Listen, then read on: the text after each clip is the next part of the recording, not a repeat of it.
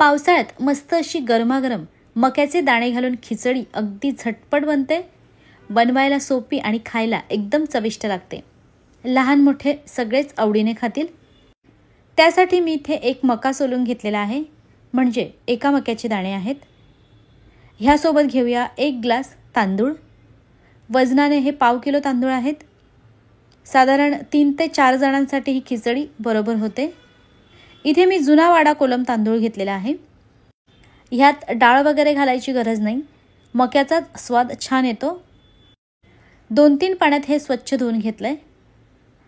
ह्यातील पाणी संपूर्णपणे निथळून घ्यायचं, म्हणजे खिचडीत पाणी मोजून घालायला बरं पडतं. गॅसवर कुकर तापायला ठेवून त्यात 4 चमचे तेल घातलंय. तेल तापलं की ह्यात घालूया पाव चमचा राई. त्यानंतर एक मोठा कांदा बारीक चिरून घातलेला आहे. कांदे छोटे असतील तर 2 वापरा. थोडंसं परतलं की ह्यात घालूया 1 हिरवी मिरची.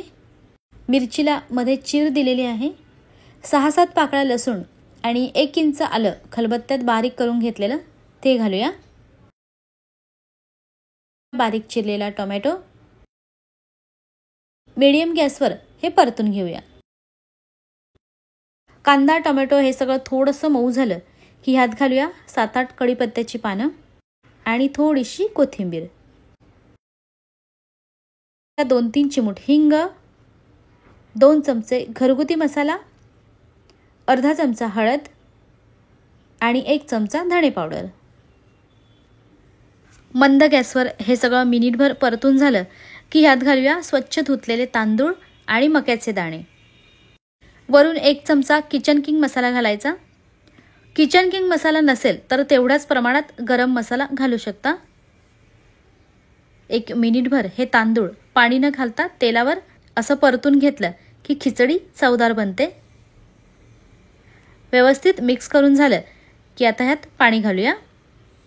तर खिचडीत शक्यतो गरम पाणी घालायचं, म्हणजे पटकन उकळी येते आणि तांदूळही व्यवस्थित फुलतो. इथे मी 1 ग्लास तांदळासाठी 2 ग्लास गरम पाणी घातलंय. तांदळाच्या प्रकारानुसार तुमचा तांदूळ शिजायला किती पाणी लागतं किंवा खिचडी तुम्हाला किती मऊ आवडते त्या अंदाजाने पाणी घालावं. आमच्याकडे मऊ पण थोडीशी मोकळी खिचडी आवडते आणि तांदूळही मी जुना वापरलेला आहे, त्यामुळे 1 ग्लास तांदूळासाठी 2 ग्लास पाणी घातलंय. कोणाला एकदम मऊ खिचडी आवडत असेल तर त्या हिशोबाने पाणी वाढवायचं. आता ह्यात घालूया चवीनुसार मीठ आणि थोडीशी कोथिंबीर. फक्त 10-12 दाणे साखरेचे घातले आहेत. एवढीशी साखर घातल्याने खिचडी गोड होत नाही, पण चव छान येते. तुम्हाला साखर नसेल आवडत तर नका घालू.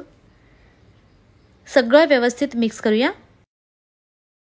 त्यानंतर खिचडीला अशी उकळी आली की मगच कुकरचं झाकण लावूया. तर मी मीडियम गॅसवर कुकरला 1 शिट्टी झाल्यानंतर गॅस एकदम कमी करून 5-6 मिनटं शिजवलेलं. त्यानंतर गॅस बंद केला. कुकरची वाफ आपोआप संपूर्णपणे जाऊ द्यायची. त्यानंतरच कुकरचं झाकण खोलायचं. वाफ जाऊ न देता आधीच झाकण खोललं तर खिचडीत पाणी राहू शकतं. आता वरून बारीक चिरलेली कोथिंबीर घालूया आणि हलक्या हाताने मिक्स करायचं. जमलं तर वरून 1 चमचा साजूक तूप घाला, म्हणजे खिचडी खूप जास्त टेस्टी लागेल. तुम्ही बघू शकता खिचडी मऊ पण झाली आहे आणि सुटसुटीत पण. हे बघा, तळाला लागलेली पण नाही आहे, म्हणजे पाणी एकदम परफेक्ट झालं आहे. ह्याच्यापेक्षा कमी पाणी घातलं असतं तर खिचडी कोरडी झाली असती, किंवा मग काही जण फास्ट गॅसवर शिट्ट्या करतात, त्यामुळेही थोडंसं पाणी आटतं आणि खिचडी कोरडी होते. त्यामुळेच आपल्या रोजच्या वापरातला तांदूळ शिजायला किती पाणी लागतं त्या अंदाजाने खिचडीत गरम पाणी वापरा. शक्यतो तांदूळ जुनाच वापरायचा. ह्याच्या आधी मी मक्याची खमंग भाजी कशी बनवायची हे दाखवलं आहे. बघितलं नसेल तर चॅनेलवर जाऊन नक्की बघा. मस्त अशी गरमागरम कॉर्न खिचडी चवीला उत्तम लागते. आता बाजारात मके भरपूर असतात, तर मक्याची भाजी आणि मक्याची खिचडी दोन्ही रेसिपी नक्की ट्राय करून बघा. आवडल्यास लाईक आणि शेअरसुद्धा करा. व्हिडिओ शेवटपर्यंत बघितल्याबद्दल थँक्यू.